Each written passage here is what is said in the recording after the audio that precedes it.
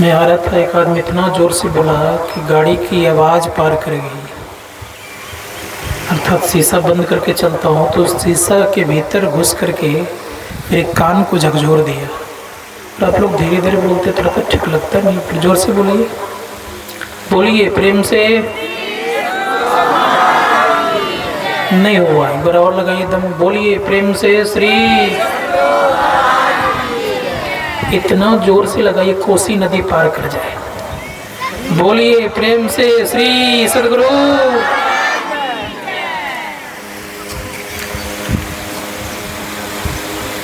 ज्ञान धूपम मन पुष्पम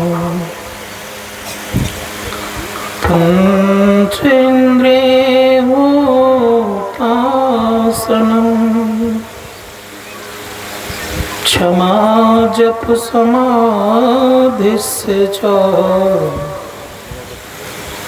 नमः देव निरंजनम्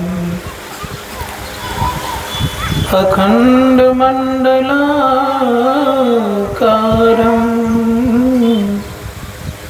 व्याप्तं येन चराचरं तत्पदं दर्शितं येन तस्मै श्री गुरुवे नमः। गुरुर्ब्रह्मा गुरुर्विष्णु गुरुर्देवो महेश्वर गुरुर्साक्षात् परब्रह्म तस्मै श्री गुरुवे नमः। अज्ञानतिमिरान्धस्य ज्ञानाञ्जनशलाकया चक्षुरुन्मीलितं येन तस्मै श्रीगुरुवे नमः।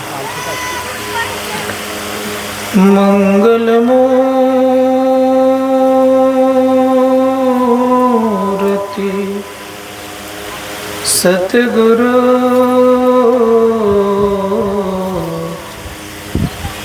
मिलवै सर्वाधार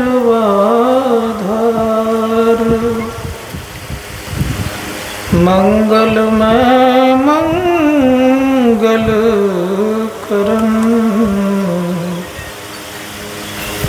बिनवा बारंबार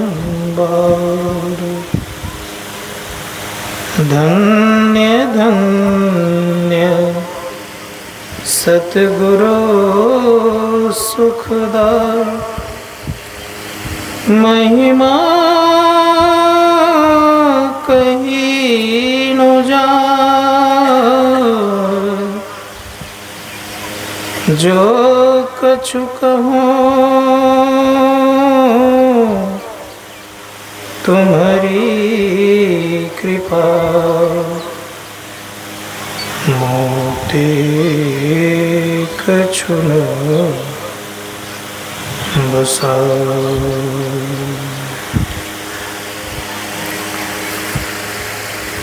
एक बार फिर से बोलिए श्री सद्गुरु महाराज की जय।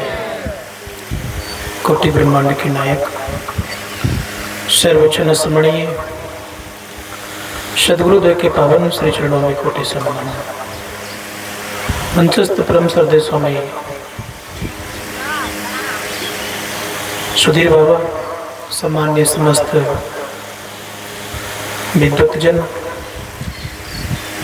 संवेद समादरणीय सज्जन, आदरणीय माताओं तथा भक्तिमती बहनों, प्लेन करिए।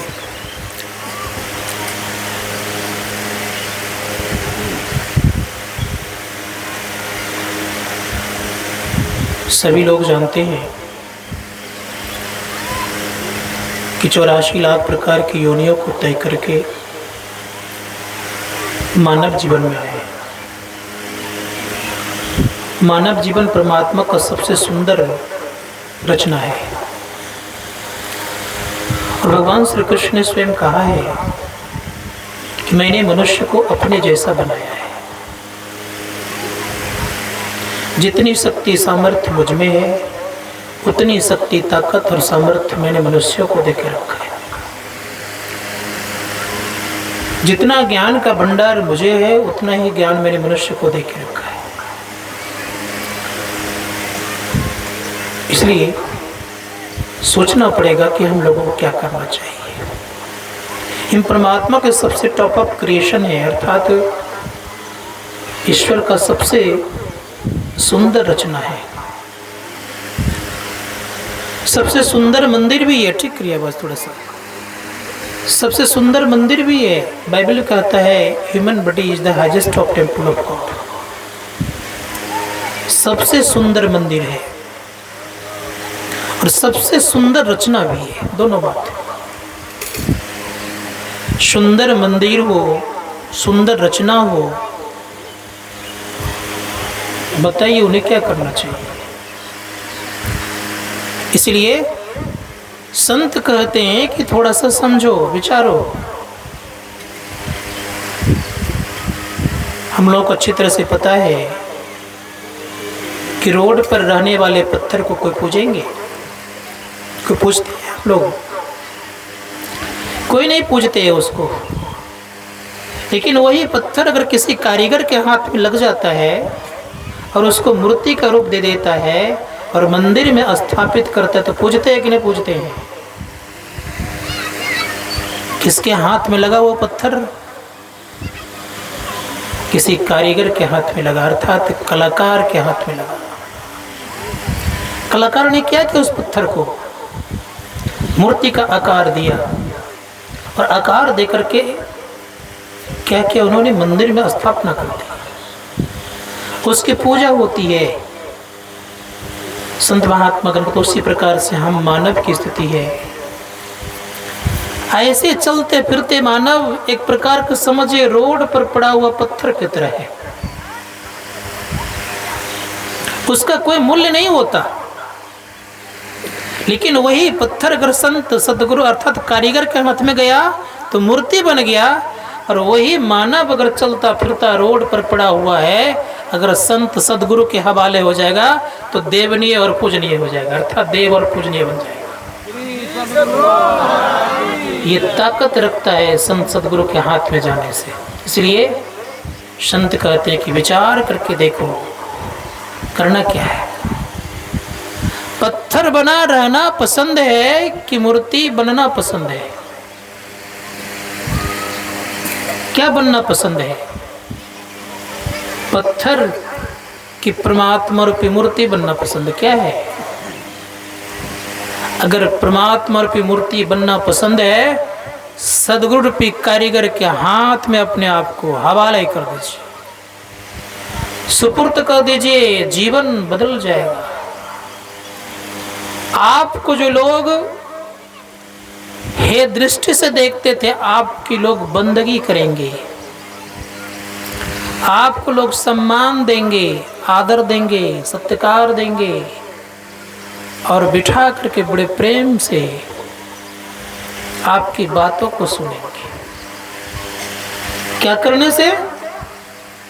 इस शरीर पे पत्थर को सदगुरु के चरणों में अपने आप को हवाले करने से। अगर हवाले कर दिया तो जीवन बन जाएगा, नहीं तो क्या होगा? अगर आपने सदगुरु के चरणों में अपने जीवन को हवाले नहीं किया तो रोड पर पड़े हुए पत्थर को लोग ठोकरे मारते रहता है, कभी इधर से उधर लोग उड़ाते रहता है, कभी उधर से उधर फेंक देता है, कोई पूछने वाला नहीं होता है। विचार करिए क्या बनना चाहते हैं? मूर्त की रोड़े का अर्थात तो पत्थर का, रोड का पत्थर क्या बनना चाहते हैं? अगर मूर्त बनना चाहते तो आज से अपने आप को कोशिश कीजिए कि मैं सदगुरु के चरण में आज से मैंने मन ही मन संकल्प लेकर के हवाले कर दीजिए, आज से तेरी आज्ञा के अनुसार चलूंगा। अगर आज से आप इनके अनुसार चलना प्रारंभ कर दिया तो मैं दावे के साथ कहता हूं और गारंटी के साथ कहता हूं कि आपकी जिंदगी बदल जाएगी। इसलिए अगर बदलना चाहते हैं तो संकल्प कीजिए कि आज से मैं सदगुरु का। बहुत बार आप हुए माता पिता का बन करके रहे, यहां तक कि धर्मपत्नी के बन करके रह गए, लेकिन पूरा सुख सुविधा आपको नहीं मिली। किसी नेता के बन करके रहे होंगे, लेकिन पूरा पूरा सुख नहीं दिया होगा। किसी की नौकरी भी किए होंगे, नहीं कि नहीं कि तो सरकार की नौकरी जरूर करते होंगे, फिर भी सरकार पूरा पूरा आपको व्यवस्था नहीं दे सकती। लेकिन मैं निश्चित पूर्वक कहता हूं कि सरकार की नौकरी से विशेष नौकरी अगर सदगुरु का कर लीजिएगा तो जैसा सदगुरु तो वैसा बना के छोड़ेगा आपको। इसलिए संत महात्मा गण कहते हैं, सबसे सुंदर सबसे बढ़िया सदगुरु तेरी नौकरी। संसार में सदगुरु का ऐसा संसार में और किन्हीं की नौकरी नहीं होती। इसलिए विचारना होगा। चलिए सदगुरु के दरबार में, आप किन्हीं दरबार में गए होंगे, शायद आपको अंदर प्रवेश करने नहीं दिया होगा, या दूर से प्रणाम करते होंगे, दूर से उनकी बातें सुनते होंगे, क्योंकि संसार का जो दरबार है अभी आगे मत कोई आइए, अभी प्रवचन के सुनने आइए, अच्छी बात है, बाद में आइए। संसार का जो दरबार है वो दरबार में भेदभाव होता है। संसार के दरबार में ऊंच और नीच का ख्याल भी होता है, लेकिन सदगुरु के दरबार में ऊंच नीच का भेदभाव नहीं होता। इसलिए दरबार हजारों देखा है, सदगुरु ऐसा कोई दरबार नहीं। यहां पर क्या होता है, संत महात्मा गण कहते यहां पर जो गिरे हुए होते हैं, जिनको संसार में कोई पूछने वाले नहीं होते हैं,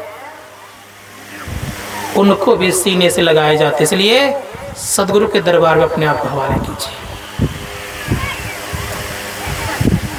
परिणाम क्या होगा जानते हैं? एक बार अगर आपने कह दिया कि अब मैं संसार का नहीं सदगुरु में तेरा, तो जीवन में आपकी निश्चित रूप से कल्याण का मार्ग उस दिन सूझने लग जाएगा। निश्चित रूप से मैं कहता हूं कि आपका कल्याण उस दिन से होना शुरू हो जाएगा। लेकिन एक बार कहना पड़ेगा कि आज से मैं तेरा। लेकिन संत महात्मा गण का तेरा कहलाने वाला बहुत कम पाया जाता है।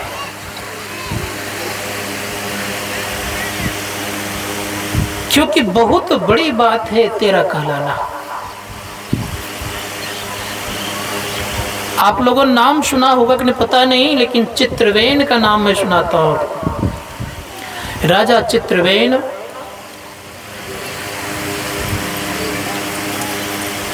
रावण के समक्ष के थे।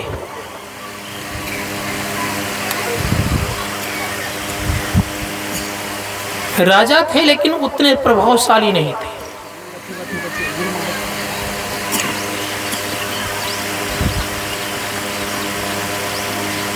संयमित जिंदगी जीते थे, गुरु के आज्ञा के अनुसार चलते थे, सदाचार पूर्ण जिंदगी होती थी, झूठ नहीं बोलते थे, चोरी नहीं करते थे, नशा का सेवन नहीं करते थे, हिंसा नहीं करते थे और व्यभिचार नहीं करते थे। प्राय स्त्री को मां के समान देखते थे। दृष्टि बड़ी पवित्र थी। रावण का बहुत प्रभाव था। रावण बहुत शक्तिशाली था। सभी देवताओं को बस करके रखे हुए थे। रावण के यहां आज सुनेंगे आप लोग, रावण के यहां इंद्र पानी भरता था। पवन देव झाड़ू लगाते थे, जिसको हम लोग शनि भगवान का था। शनि दिन है, शनिवार दिन है। शनि भगवान को पांवदानी बना के रखे थे, पांव के नीचे रखते थे। कौन? रावण। इतने शक्तिशाली होते हुए भी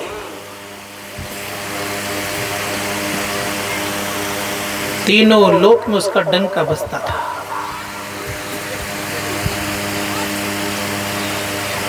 सब के सब उनकी बात को रखते थे। लेकिन संजोग से राजा चित्रवेन सदाचारी थे। पंचशील का पालन करते थे। झूठ, चोरी, नशा, हिंसा, व्यभिचार से बचते थे। गुरु के आज्ञा के अनुसार चल करके ध्यान करते थे। आत्म कल्याण के शिखर पर पहुंच चुके थे। बहुत समृद्धिशाली तो नहीं थे रावण के तरह, उतना उनको कोई जानते भी नहीं थे, सुने भी नाम नहीं होगा बहुत लोगों ने। एक दिन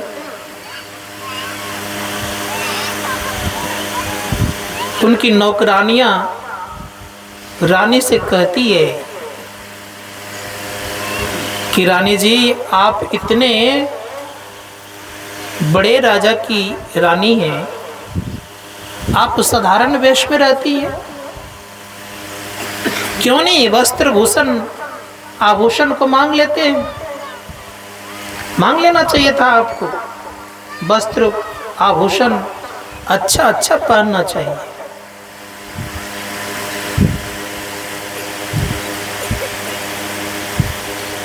रानी ने इस बात को स्वीकार कर ली। राजा चित्रवेन से कहते हैं कि राजा साहब सुनिए, मुझे आज बढ़िया गहना चाहिए, बढ़िया वस्त्र चाहिए।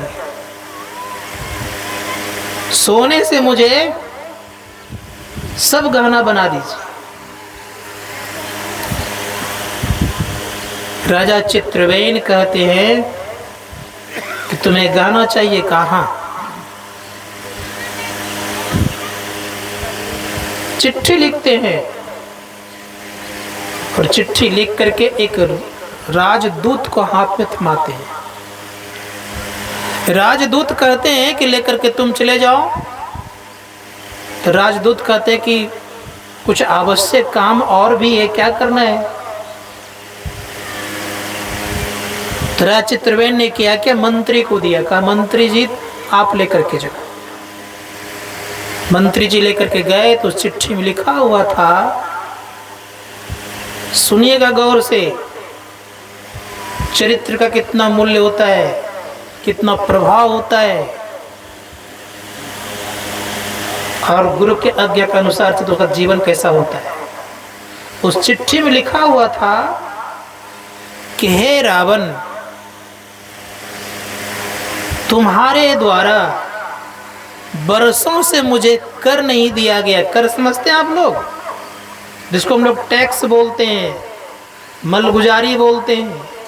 इसलिए आज तुम मुझे कर के रूप में 1.25 मन सोना दोगे।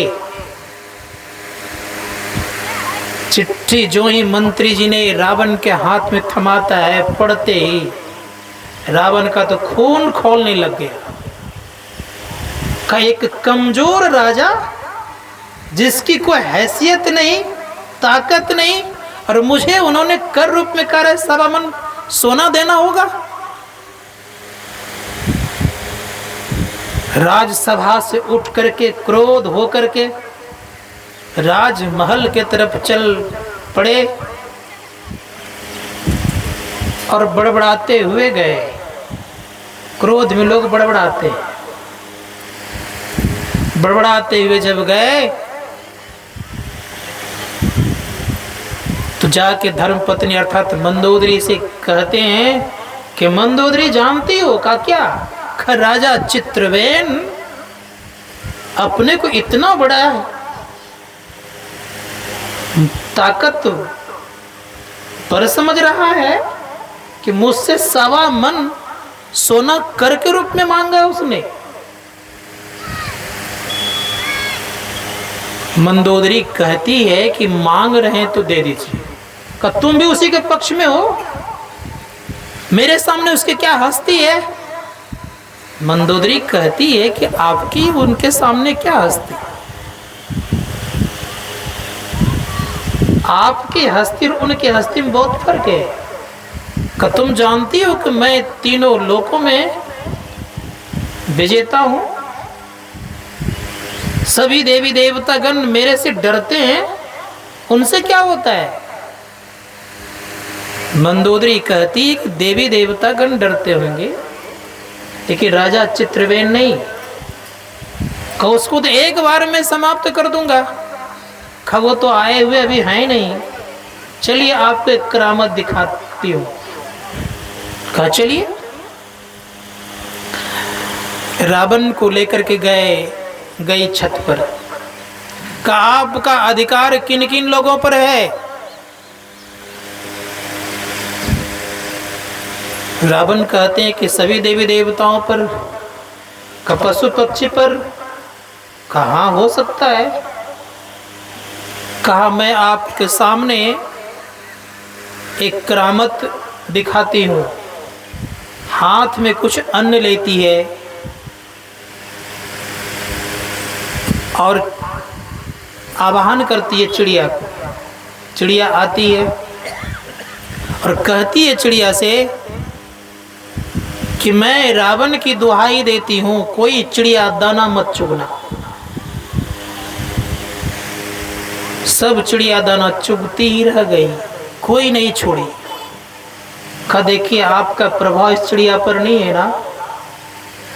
रावण चुपचाप देख रहा है। का अब सुनिए थोड़ा सा, राजा चित्रवेन यहाँ पर नहीं है ना? का नहीं।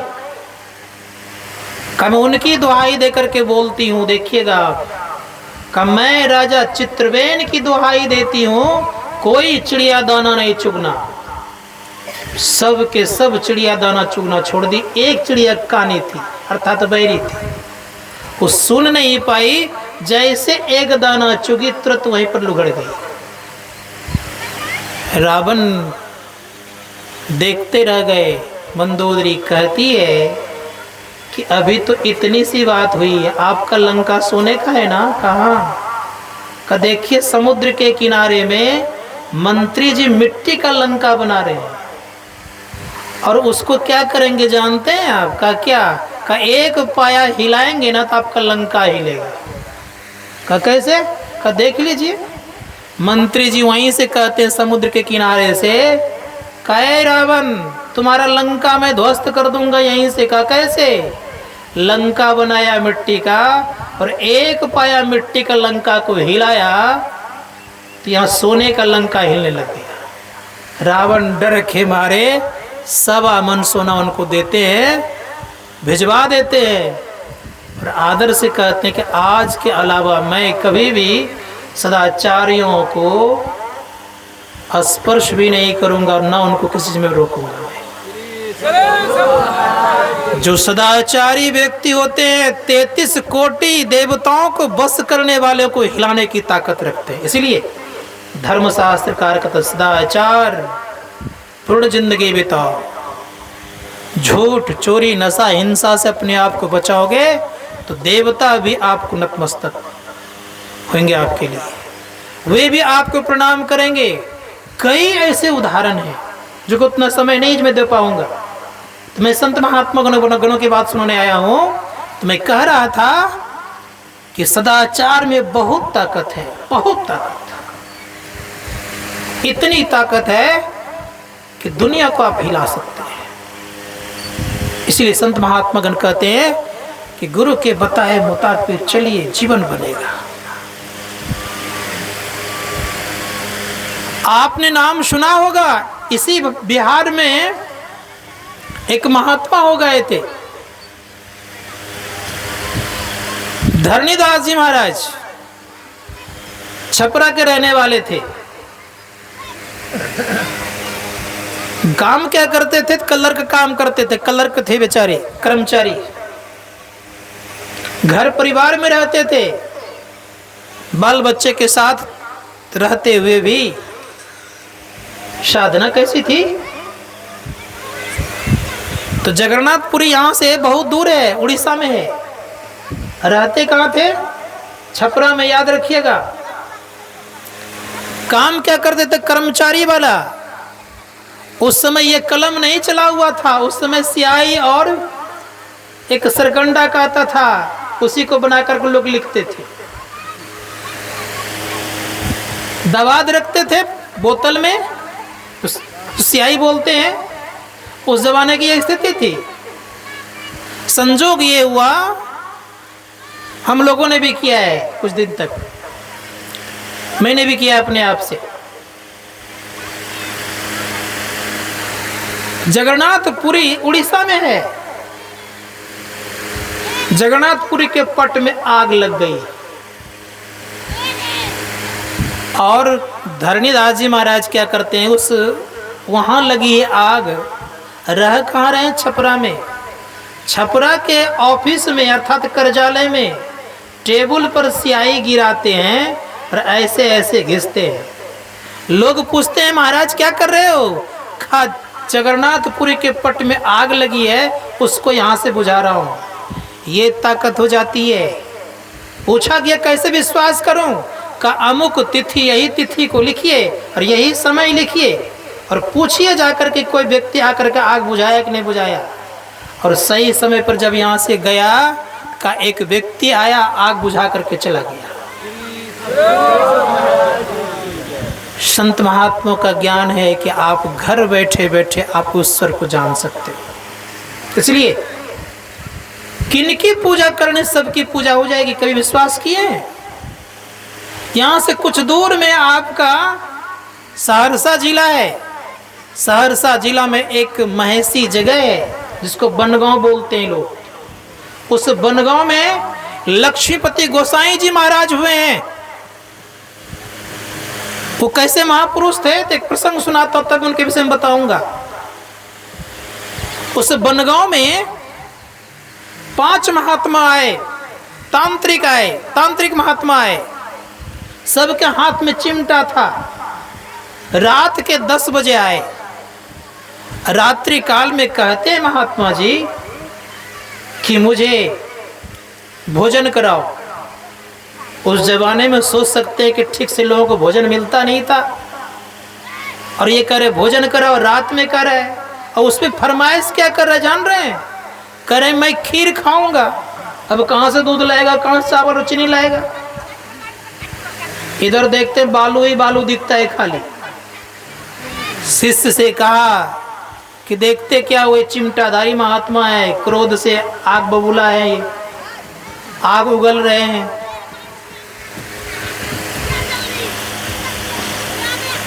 एक काम करो, चूल्हा को जला दो। कहा कुछ भी नहीं है गुरुदेव, क्या मैं आप को बनाकर उनको खिलाऊंगा, कुछ भी तो नहीं है। कहा कोई घबराने की बात नहीं है, आग तो लगाओ।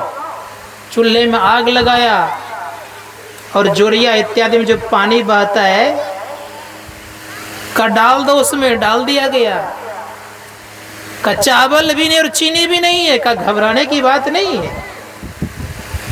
एक काम करो, ये बालू है ना रोड पर, एक सूप डाल दो उसमें। एक सूप बालू डाल दिया, का आंच लगा दो, लगा दिया गया। 10-15 मिनट के बाद उतार देता है। महात्मा जी कहता बैठ जी खाने के लिए। खिलाना शुरू किया और विश्वास पूर्वक कह रहा हूं ये बात, 5 महात्मा कहते कि आज के तरह में जीवन में कभी खीर खाया नहीं था। जब खीर खा लिया पूरा पूरा, विश्राम करने का जगह दिया गया, रात्रि खूब बढ़िया से सोए, अच्छी नींद आई। सुबह कमंडल लिया और चला गया बाहर। जब शौच करने के लिए गया तो सबके पेट से बालू निकल रहा था। सबको ही कहने लगे आपस में, अरे रात में खीर खाए तो बालू कैसे निकल रहा है? एक दूसरे को, तुम्हारे पेट से क्या निकला? कहा बालू। कहा तुम्हारे पेट से क्या निकला? बालू। पांचों महात्मा मिलकर के जाते पूछते हैं कि आपने रात में खीर खिलाए थे, मेरे पेट से बालू कैसे निकल रहा है? कहा वो खीर नहीं था, बालू ही था। कहा खा तो रहा था मैं खीर। कहा वो था बालू, इसलिए बालू निकल रहा था पेट से। ऐसे महात्मा थे लक्ष्मीपति गोसाई जी महाराज। उनके विषय में बहुत सारा प्रसंग है, मैं एक आध प्रसंग रखा केवल आपके सामने। उन्होंने कहा सबकी अगर पूजा करनी हो और सबसे पहले वाले की पूजा करना हो, एक ही काम करो। कहा क्या? उन्होंने कहा प्रथम देव गुरुदेव जगत में और न दूजो देवा। गुरु पूजय सब देवन पूजय, गुरु पूजा सम पूजा। लक्ष्मीपति जी महाराज कहते हैं कि संसार में गुरु से बढ़कर संसार में और को देवता पूजने योग्य नहीं होता है। और क्या कहा? सभी देवताओं की पूजा होती है कब? अगर आप गुरु की पूजा करते हैं तो सभी देवताओं की पूजा होती है। कहा कि प्रथम देव गुरुदेव जगत में और न दूजो देवा, गुरु पूजय सब देवन पूजय, गुरु पूजा सम पूजा। गुरु की पूजा अगर कर लेंगे आप तो सबकी पूजा हो जाएगी। उपनिषद में आया है गुरुर ब्रह्मा गुरुर विष्णु गुरुर देवो महेश्वर, गुरुर साक्षात पर ब्रह्म तस्मै श्री गुरुवे नमः। गुरु की पूजा में सबकी पूजा होती है। महर्षि में ही प्रमाण जी महाराज कहते हैं देवी देव समस्त पूरन ब्रह्म, परम प्रभु गुरु में करे निवास। कहते है संत सब, सारे संत कहते हैं कि गुरु में सभी देवी देवता और परमात्मा सहित निवास करते हैं। इसलिए गुरु की पूजा कीजिए। गोस्वामी जी महाराज क्या कहते हैं? गोस्वामी तुलसीदास जी महाराज कहते हैं बंदो गुरुपद कंज, कृपा सिंधु नर रूप हरि, महामोह तम पुंज, जासो बचन रवि कर्णिकर। गुरु कैसे होते हैं मालूम है? गोस्वामी जी महाराज करें गुरु होते हैं नर के रूप में हरि। शरीर किसका है? नर का है, लेकिन है कैसे? वो हरि के तरह है, अर्थात नारायण के तरह है। इसलिए गुरु की पूजा कीजिए। धर्मशास्त्रकार कहते हैं कि जो साधक गुरु की पूजा तन मन से कर लेता है उनको जीवन में न रहने की कमी, न खाने की कमी, न पहनने की कमी। कहा कब? का जब संसार में किसी व्यक्ति को ठीक से अन्न नहीं मिलेगा, लेकिन गुरु भक्तों को रहने का, खाने का और पहनने का भरपूर रहेगा। अब विचार करके देखिए कि गुरु भक्ति में कितनी ताकत है। गुरु भक्ति के संबंध में बता दूं मैं, जो ठीक ठीक गुरु मंत्र का जाप करते हैं उनके ऊपर जमराज का भी दाल नहीं गलता है। औरों की बात तो छोड़ दीजिए। आप लोगों ने गोरखनाथ जी महाराज का नाम सुना है? गोरखनाथ जी महाराज बड़े उच्च कोटि के महापुरुष हुए। उनके गुरु का नाम मसेंद्रनाथ जी महाराज था। एक दिन संजोग से गोरखनाथ जी महाराज गंगा स्नान करने जा रहे थे। जब गंगा स्नान करने जा रहे थे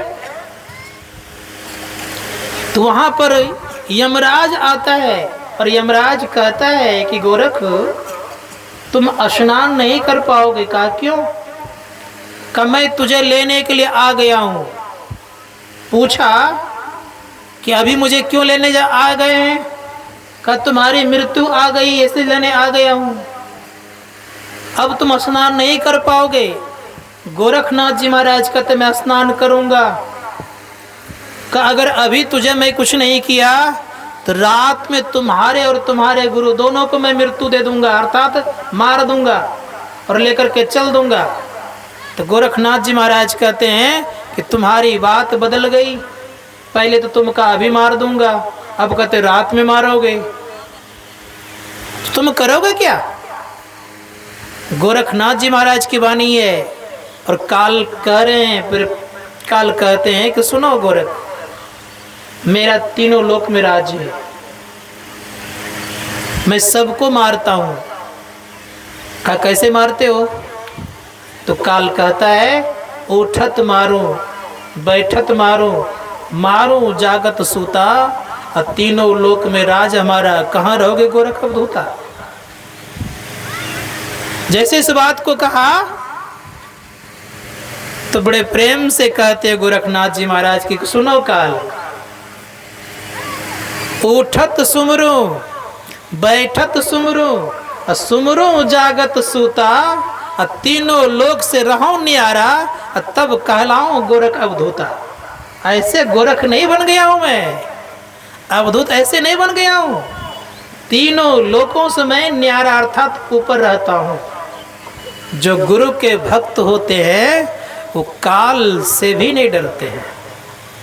धर्मशास्त्रकार कहते हैं इसीलिए मनयोग पूर्वक गुरु की भक्ति कीजिए, तीनों लोकों से आपको ऊपर एक न एक दिन स्थान मिल जाएगा। इसलिए संत महात्मा गण कहते गुरु को समझिए। अगर ठीक ठीक समझ लीजिएगा तो निश्चित याद रखिएगा कभी भी आप किसी को दूसरे को हेरिएगा नहीं, किसी को नहीं ताकिएगा। महर्षि में ही परमहंस जी महाराज कहते मैं ही को आन नहीं सूझा, फकत गुरु ही आधारा है, मुझे केवल गुरु का आधार है, मुझे दूसरा और कोई दिखाई पड़ता नहीं है। क्यों? जागृत जिंदा सतगुरु जग में, जिनको सब ही कर जोरा रे। जागृत भी है, जिंदा भी है, और कौन कौन हाथ जोड़ा है मालूम है? सभी देवी देवतागण सदगुरु को हाथ जोड़ते हैं। इसे धर्मशास्त्रकार कहते हैं सदगुरु को समझिए। हम लोग कभी कभी कोई नेता अगर एक ठो लाइट लगा देता है ना कॉलोनी में या किसी गांव में, तो उसके पीछे लग जाते हैं सेवा करने के लिए। बड़े अच्छे नेता है, एक लाइट लगा दिया, कहते हैं ऐसा, एक लाइट लगाता है तो उसके पीछे पड़ जाते हैं, एक सड़क बना तो उसके पीछे पड़ जाते हैं, 5 किलो अनाज तो उसी को वोट देना शुरू कर देते, करते कि नहीं करते हैं? लेकिन याद रखिएगा 5 किलो अनाज दिया तो आप उनको उपकारी समझते हैं, एक लाइट लगा दिया तो आप उनको उपकारी समझते हैं। लेकिन सबसे ज्यादा उपकार किनका है? जिन्होंने आपको जन्म दिया उनका उपकार कैसा होगा? कभी इस पर विचार किए हैं? जिन माता ने आपको जन्म दिया है, जिन पिता के चलते आप अपने को बड़े स्वाभिमानी समझते हैं, उनका उपकार कैसा होगा? इस पर कभी विचार तो नहीं करते। उनके पीछे पीछे तो जल्दी घूमते आप नहीं, उनको बड़े प्रेम से बैठा देते हैं कि आप बैठे रहिए, जैसा कहते वैसा सुनिए। लेकिन उस नेता को आप कह सकते हैं क्या कि जैसा कहता वैसा करिए? क्यों नहीं कह सकते? उनका कितना उपकार, एक लाइट और 5 किलो चावल, इसी में उपकारी? ये कैसा उपकार भाई? संत महात्मा गण तो सुन लीजिए मेरी बातों को। इस धराधाम पर सबसे ज्यादा उपकार माता पिता का, उससे श्रेष्ठ उपकार किनका है ये जानिए आज। उससे श्रेष्ठ उपकार होता है ईश्वर का। उससे ज्यादा उपकार किनका है तो संत सदगुरु का। इसलिए हमारे गुरुदेव कहते हैं ईश्वर देव पितर परिजन सो होत न यह उपकार, यह होवत गुरु से में ही गुरु की अमित बलिया। सबसे ज्यादा उपकार होता है संत सदगुरु का। क्यों? प्रश्न है कि सदगुरु का उपकार क्यों ज्यादा है, क्या कारण है? कारण बता रहा हूं क्या कारण है। संत चरणदास जी महाराज राजस्थान में, मेरा कार्यक्रम के संबंध में सुन रहे थे कि राजस्थान में ही प्रोग्राम लिया गया था। जहां पर प्रोग्राम लिया तो वहां से थोड़े दूर में चरणदास जी महाराज का आश्रम था। उनकी वाणी है, उन्होंने कहा है माता पिता से भी श्रेष्ठ कौन बता रहे हैं। उन्होंने कहा पिता से माता 100 गुना, पिता से मां 100 गुना श्रेष्ठ है। पिता से माता 100 गुना, जिनसे 100 गुरुदेव। पहले क्या कहा उन्होंने? कहा पिता से माता 100 गुना, सुत को राखे प्यार। मन से ती सेवन करे, तन से डांट अरुगार। मां क्या करती जानते हैं और पिता क्या करते हैं?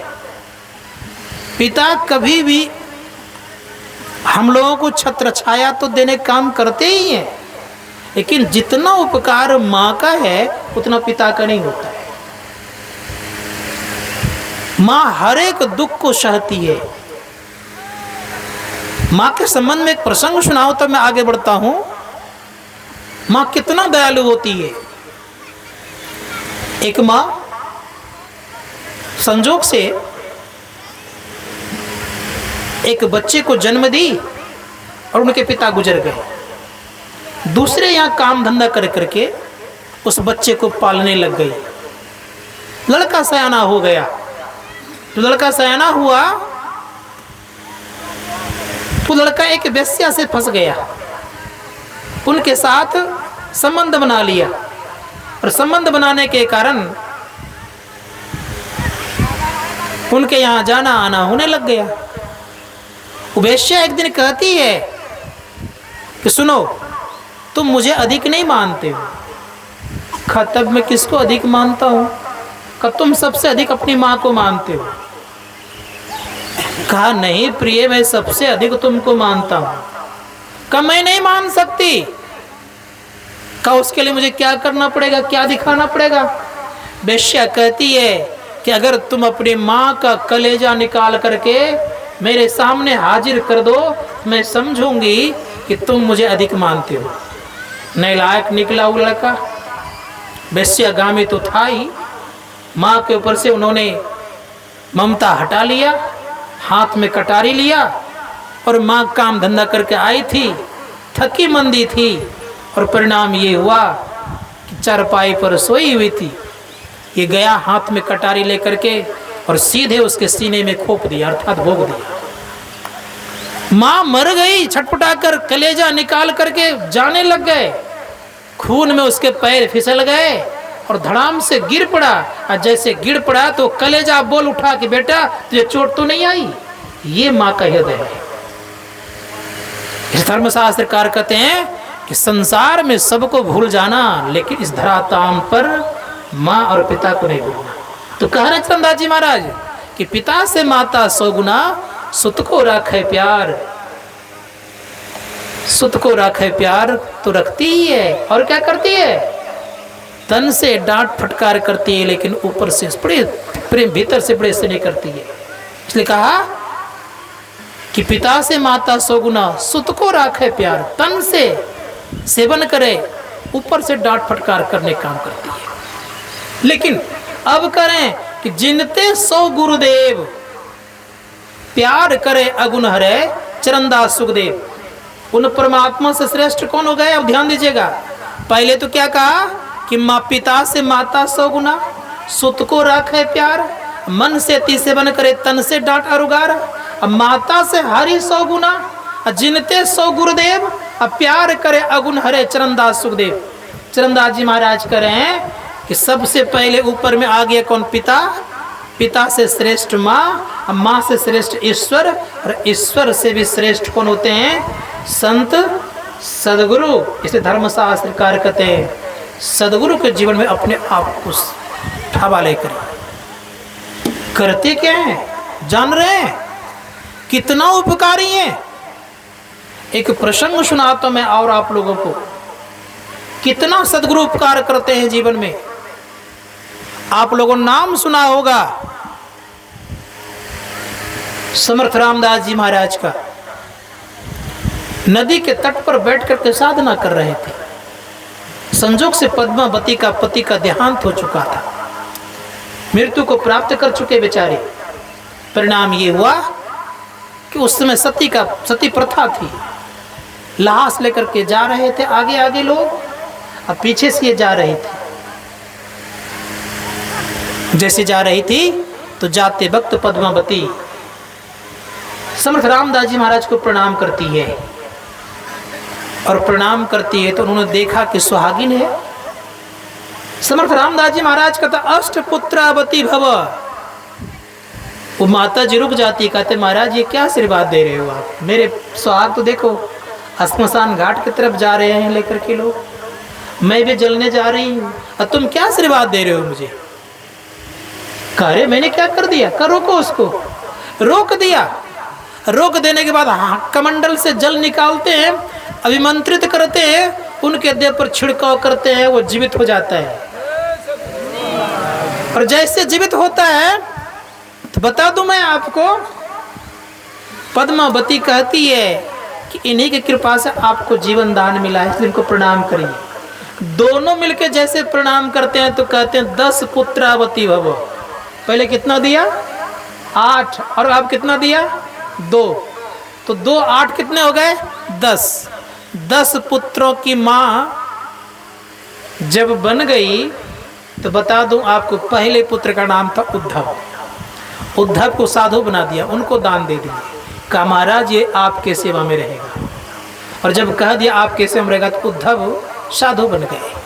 और जब साधु बन गए तो उद्धव को कहा कि देखो मैं थोड़ा विश्राम कर रहा हूं, थक गया हूं, एक काम करो आज भिक्षा लेने तुम चले जाओ। भिक्षा लेने गए।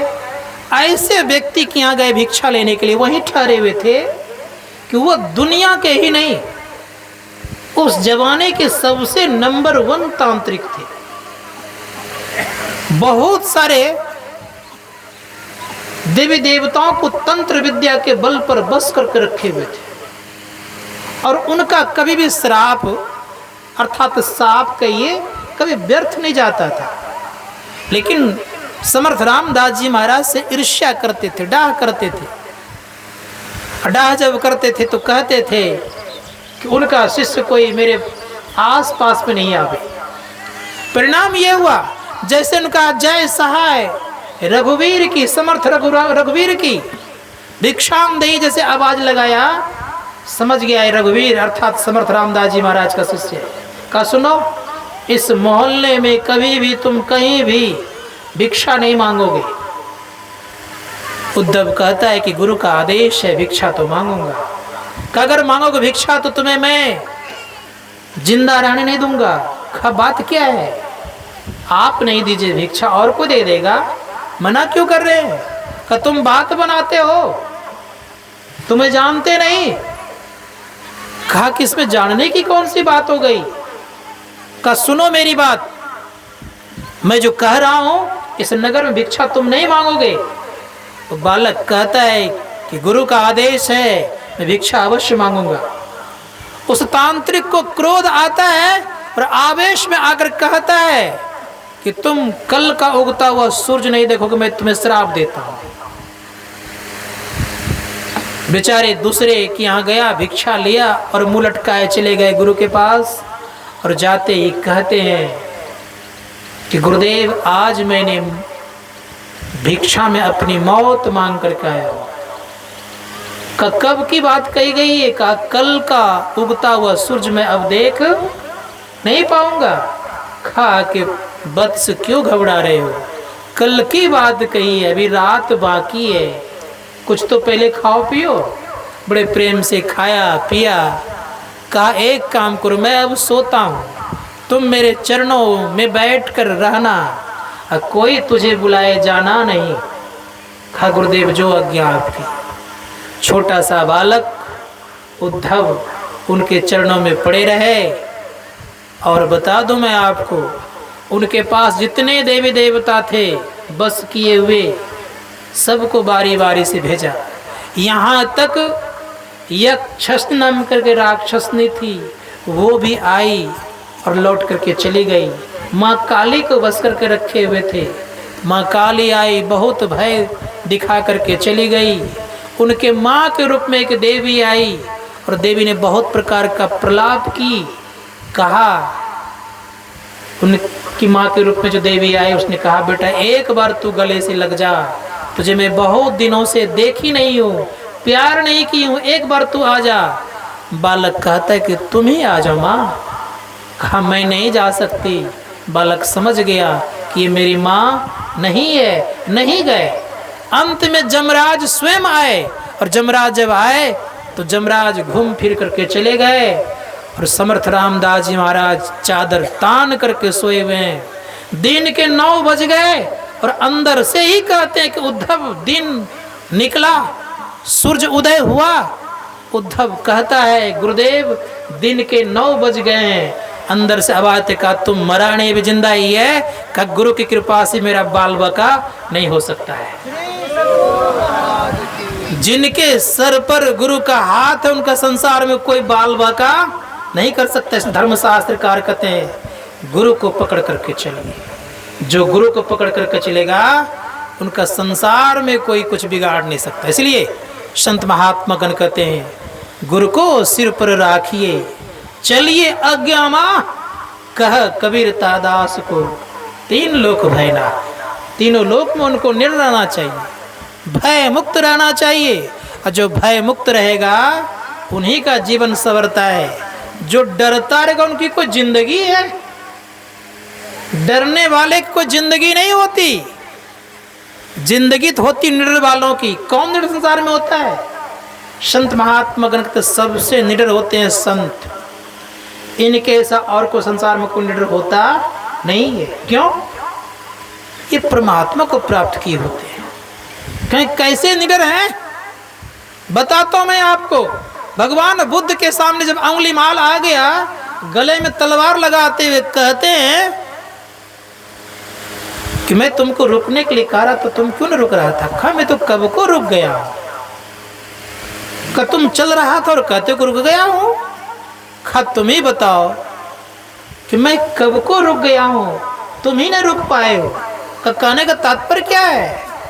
मैंने काम को रोक दिया है, क्रोध को रोक दिया है, लोभ को रोक दिया है, झूठ चोरी नशा इन सब विचार को रोक दिया है और स्वयं अपने आप को भी रोक लिया है। अर्थात मन को कहीं में जाने देता हूँ, जैसा मैं कहता हूँ वैसा ही करता हूँ। तुम कहाँ रुके हुए हो?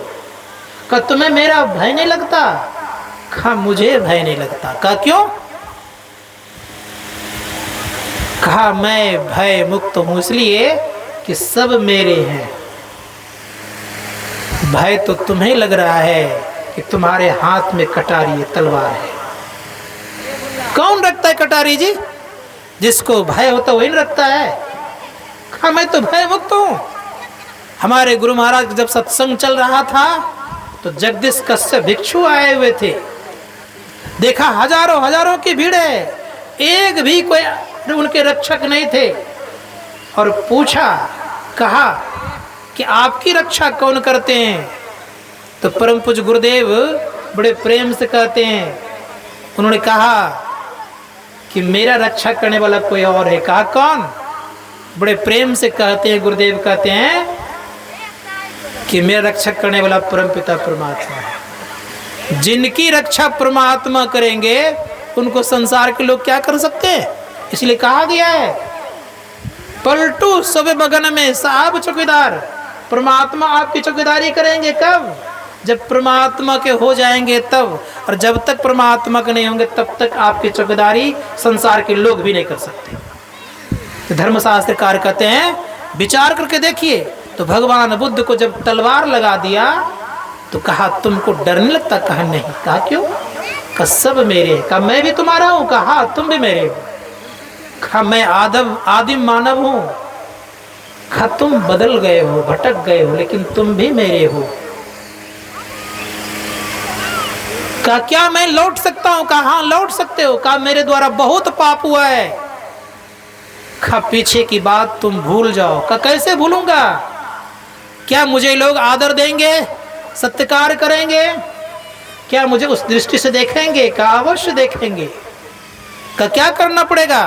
कहा चल मेरे साथ। और चल दिया। और जब चल दिया तो प्रसेनजित उसी अंगुलीमाल को पकड़ने के लिए आ रहा था। प्रसेनजित से पूछते हैं बुद्ध, कहते कहाँ जा रहे हो? कहा अंगुलीमाल को पकड़ने। कहा इतनी सारी सेनाएं? कहा कि वो इतनी सारी सेना पर अकेले भारी है। कहा इतना भयभीत तुम हो? कहा कहा उसको पकड़ कर क्या करोगे? कहा उसको सजा दूंगा। कहा अगर मेरे वेश मिलेगा तो क्या करोगे तुम? कहा अगर आपके वेश में मिल जाएगा तो जिस तरह से मैं आपको आदर देता हूं उसी तरह से उसको भी आदर दूंगा। पीछे था आगे कर दिया। कहा यही अंगुलीमाल है। भगवान बुद्ध को प्रणाम किया और उसको भी प्रणाम किया। ये है संतों के चरणों में ताकत। इसलिए कितनों अगर पापी से पापी व्यक्ति क्यों नहीं हो, अगर संत के चरणों में अपने आप को हवाले कर देंगे तो दुनिया अवश्य आपको आदर करेगी। परिणाम ये हुआ, अंगुलीमाल एक दिन भिक्षा करने के लिए निकल पड़े। लोगों ने पहचान गया, उनके ऊपर पत्थर और ईंटें बरसाने लग गए। भगवान बुद्ध को एक भिक्षु ने खबर दिया। भगवान बुद्ध ने उनको बचाया और भगवान बुद्ध ने कहा क्या इनमें तुम्हें क्या बुराई दिख गई? कहा कि आपको पता नहीं है बुद्ध, इसने बहुतों को अनाथ कर दिया है, बहुतों की माँ की सिंदूर मिटा दिया है, बहुत बच्चों को अनाथ कर दिया है, विधवा हो गई है, इसको अच्छा व्यक्ति नहीं समझता हूं मैं। कहा एक बात बताओ, जिसमें इसका अंगुलीमाल अंगुलीमाल था कोई इसके सामने आता भी था क्या? कहा नहीं। कहा तुमने बहुत पत्थर और ईंटें बरसाए, कुछ तुमको बोला क्या? कहा नहीं। क्या अभी भी इसके अंदर में पाप है? सारे लोगों ने कहा कि अगर पाप होता तो ये मुझे जरूर मार देता। अब इसके पास कोई पाप नहीं है। संजोग से वो भगवान बुद्ध उनको स्वस्थ करके चले गए, और जैसे चले गए थे एक माता जी प्रसव पीड़ा से परेशान थी, चिल्ला रही थी। भगवान बुद्ध के पास आए, का करुणा निधान जानते हैं आप? एक महिला बहुत दुख से दुखी है, प्रसव पीड़ा दुखी है, उसको आप जीवन दीजिए। कहा बुद्ध ने कहा कहे अंगुलीमाल तुम कहो इस जीवन में मेरे द्वारा अगर कोई पाप नहीं हुआ है, मेरे द्वारा ही इस जीवन में केवल पुण्य ही हुआ है, इस पुण्य के प्रताप से उस प्रसव पीड़ा उनके दूर हो जाए। कहा बुद्ध मैंने इसमें बहुत इस जीवन में मैंने बहुत कुकर्म किया है, बहुत पाप किया है। कहा एक बार जाकर तुम तो कहो। जैसे कहने के लिए गया कि मैंने इस जीवन में अगर कोई पाप नहीं किया है तो इस केवल पुण्य ही पुण्य जीवन में किया है, इस पुण्य के प्रभाव से उसके प्रसव पीड़ा दूर हो जाए। जैसे जल छिड़का उसके प्रसव पीड़ा दूर हो गई। कैसे हुआ? जब से उन्होंने बुद्ध के शरण लिए कोई पाप नहीं किया, नया जीवन हो गया। उसी प्रकार से याद रखिएगा, जो संत सदगुरु के जीवन में आते हैं, भले ही पापी व्यक्ति क्यों नहीं हो, जैसे सदगुरु के शरण में आते हैं, दीक्षा ग्रहण करते हैं और उसके बाद उनके अनुसार चलते हैं, तो समझिएगा नया जीवन आता है। और नया जीवन में अगर कोई पाप नहीं होता है तो संत महात्मा कहते हैं आपको उनमें ये ताकत आती है कि दूसरों की पीड़ा को मिटाने की ताकत आ जाती है। धर्मशास्त्रकार कहते हैं कि गुरु के शरण में जाने से ये ताकत आ जाती है। इसलिए संतों ने कहा कि गुरु को समझिए, गुरु की पूजा करने से आप पूजनीय हो जाएंगे। संत तुलसी साहब ने कहा है, सोना और लोहे की संज्ञा दी उन्होंने, का सोना लोहा में घुन नहीं लगता है और सोना में काई नहीं लगती है। और उसी प्रकार से गुरु का भक्त जो होता है, भला बुरा कैसा भी होता है, तो कहा उसके जीवन में दुख नहीं आता है, वो नरक नहीं जाता है। उन्होंने कहा कि सोना काई ना लगाए, लोहा घुन ना खाए, अब गुरु के चेताए मानवा कबहू नरक नहीं जाए। इसलिए गुरु के आदेश के अनुसार जो रहेगा वो नरक में नहीं जाएगा। इसे धर्मशास्त्रकार कहते हैं कि जीवन में अगर कल्याण चाहते हैं तो किन्हीं का भक्त बने या न बने, संत सद्गुरु का भक्त अवश्य बन जाइए, कल्याण होगा। जितने महापुरुष वे सबने गुरु किया है। कौन कौन गुरु किया है? तो जिनकी हम पूजा करते हैं, राम की पूजा करते हैं उन्होंने गुरु की है, कृष्ण की पूजा करते हैं उन्होंने गुरु की है, भगवान शिव की पूजा करते हैं उन्होंने भी गुरु की है। इसलिए बड़े प्रेम संत कबीर साहब कहते, राम कृष्ण से को बड़े, वे तो गुरु किन्न, तीन लोग के वे धनी, गुरु आगे अधीन। गुरु के आगे अधीन होते हैं। धर्मशास्त्रकार कहते हैं कि गुरु की पूजा कीजिए। संत महात्मा गण कहते हैं कि जो गुरु की पूजा कर लेता है उनका यह लोक भी बनता है और परलोक भी बनता है। अगर आपने गुरु की भक्ति करते करते अगर संसार में आप ईश्वर को प्राप्त नहीं कर पाए अपने आप को, तो आपका दुर्गति नहीं होगी। क्या होगा? सदगति होगी। बहुत दिनों तक आप स्वर्ग के सुखों को भोगेंगे। पुनः आप आएंगे संसार में, श्रीमान कुल में आएंगे, जो धन धान से संपन्न होगा, सब तरह से सुखी होगा, उस कुल में आपका जन्म होगा।